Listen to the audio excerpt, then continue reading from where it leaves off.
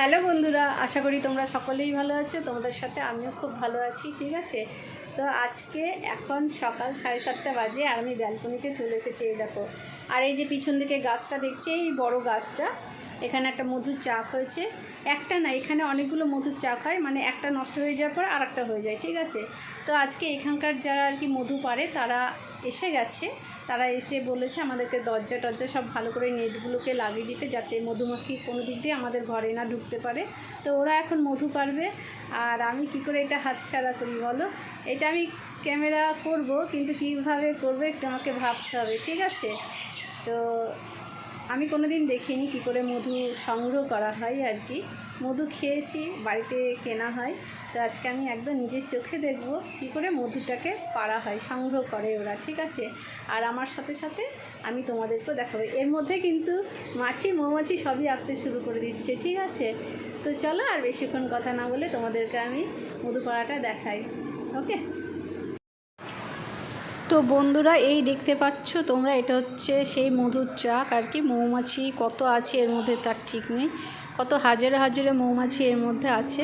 এই দেখো কিভাবে আগুন লাগিয়ে দিল। এবার দেখো মানে, আর যে উঠেছে পারতে সেও নিজের জীবন হাতে করে উঠেছে। ঠিক আছে, মানে মধুমাখিগুলো তো ওকে ছেঁকে ধরবেই, পরিষ্কার কথা, আর এর মধ্যে ধরতেও লেগে গেছে হয়তো। কত কষ্ট করে মধু সংগ্রহ করে দেখো। আমার এটা প্রথম দেখা, আমি কোনোদিন এইভাবে দেখিনি মধু সংগ্রহ করা। ঠিক আছে, তো সে একদম মধুর চাকটার উপর বসেই পড়েছে মনে হচ্ছে। পুরো ধোঁয়াতে ভরে গেছে, মানে মানুষটার কত কষ্ট হচ্ছে। ধোঁয়ার মধ্যে মধুমাখির মধ্যে ওগে বসে আছে কিছু টাকা উপার্জন করার জন্য। এইদিকে নিচ থেকে আবার ধোঁয়া দেওয়া হচ্ছে। ঠিক আছে, নিচ থেকে ধোঁয়া আর উপরে ধোঁয়া, মানে মানুষটার অবস্থা দেখো, এর মধ্যে আবার আগুন জ্বালিয়ে দেওয়া হচ্ছে।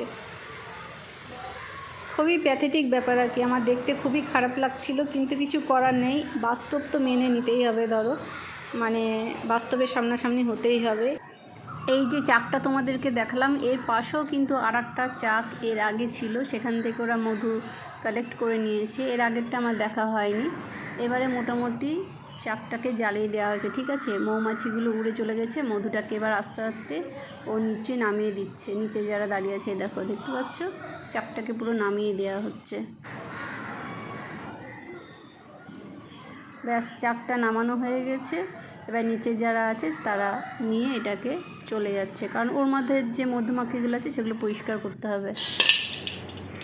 এই দেখো, এই মধুটা সংগ্রহ করেছে। ঠিক আছে, তো আমাদেরকে বিক্রি করতে এসেছে এবার কোয়ার্টারের ওপরে।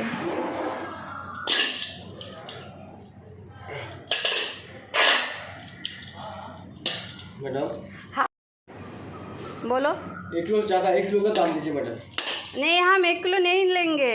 हाँ, तो 8 हो जाएगा मैडम, बहुत ज़्यादा है, 1 किलो का दाम बोले। थोड़ा कम करो, ले लेंगे। कितना कम? थोड़ा और खुलेगा तो मैडम पूछो, बोलेगा तो बोलेंगे। कौन? कुछ चीज़ मिलेगा ना अपना गाछ का ना। हमको पता है, सब निकल देना। ठीक है मैडम, वो कितना बड़ा वजन कर दे रहे हैं? आधा 1 किलो कितना हुआ? 2 किलो 5 किलो 10 किलो मैडम, वो सब खाएगा, वो सब चीज़ मिलेगा नहीं बड़ा बात। ও মধু 600 টাকা কেজি করে দিতে চাইছিল, আমি সেখানে 450 টাকা করে কেজি দরে নিয়েছি, 1 কেজি নিয়েছি।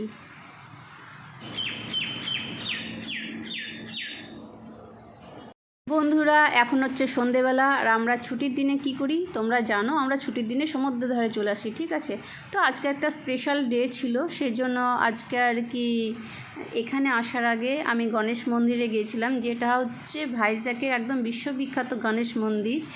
মানে সেখানে যাওয়া খুব দুষ্কর। আর এখানে দেখো চারিদিকে ড্রোন চলছে, কিন্তু কারণ আজকে একটু এই এরিয়াটার উপর নজর রাখা হচ্ছে, কেন জানি না। ঠিক আছে, আমরা বসে থাকি, 2-3টে ড্রোন কিন্তু ঘুরে বেড়াচ্ছে।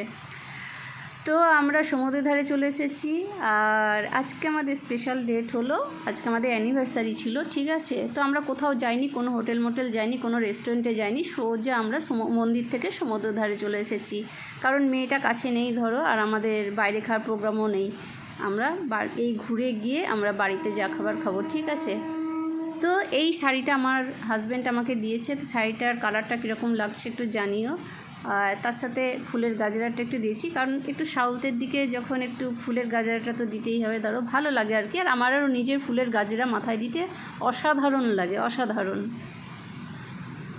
অনেকক্ষণ হলো সমুদ্রের ধারে আমরা ঘোরাফেরা করছি, এবার ঘরে যাওয়ার পালা আর কি। ঘরে ফিরতে হবে, তা নাহলে ঘরে না গেলে আর খেতে পাবো না, ঠিক আছে বন্ধুরা। আমরা সব সেরে টেরে মানে সমুদ্রের ধার ঘুরে টুরে বাড়ি এসেছি। আর আজকে আমরা সারাদিনে সময় পাইনি, ঠিক আছে। এসে এসেই ধরো সেদ্ধ ভাত চাপিয়ে দিয়েছি, আর তোমাদের সঙ্গে মানে এগুলো দেখাবো বলে আমি আরও বক বক করছি আর কি। এই যে আমার মাথায় গাজরাটা দেখছো ফুলের, এটা আমাকে বেলনাম বিনায়ক মন্দিরে গিয়েছিলাম, আর সেখানে ঢোকা ভীষণ চাপ, আমাদের আগের থেকেই পারমিশন নেওয়া ছিল, ঠিক আছে। তা নাহলে আমরা আজকে যেতে পারতাম না, ঠাকুরের অসীম করুণা আর কি আমাদের উপর।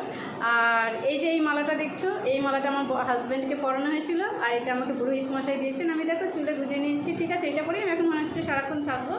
আর এই উত্তরীয়টা, এটা দিয়ে আমার বরকে ওরা সম্মান জানিয়েছে, ঠিক আছে। তো আজকের দিনে এগুলো একটা স্পেশাল পাওয়ার, ঠিক আছে।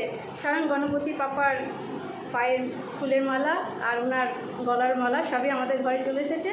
তো বন্ধুরা, আজকের ব্লগটা কীরকম লাগছে অবশ্যই জানাবে, নেক্সট ব্লগের জন্য অবশ্যই ওয়েট করবে। আর তোমরা সবাই খুব খুব খুব ভালো থাকবে, ঠিক আছে। তো আজকের মতন টাটা, বাই বাই।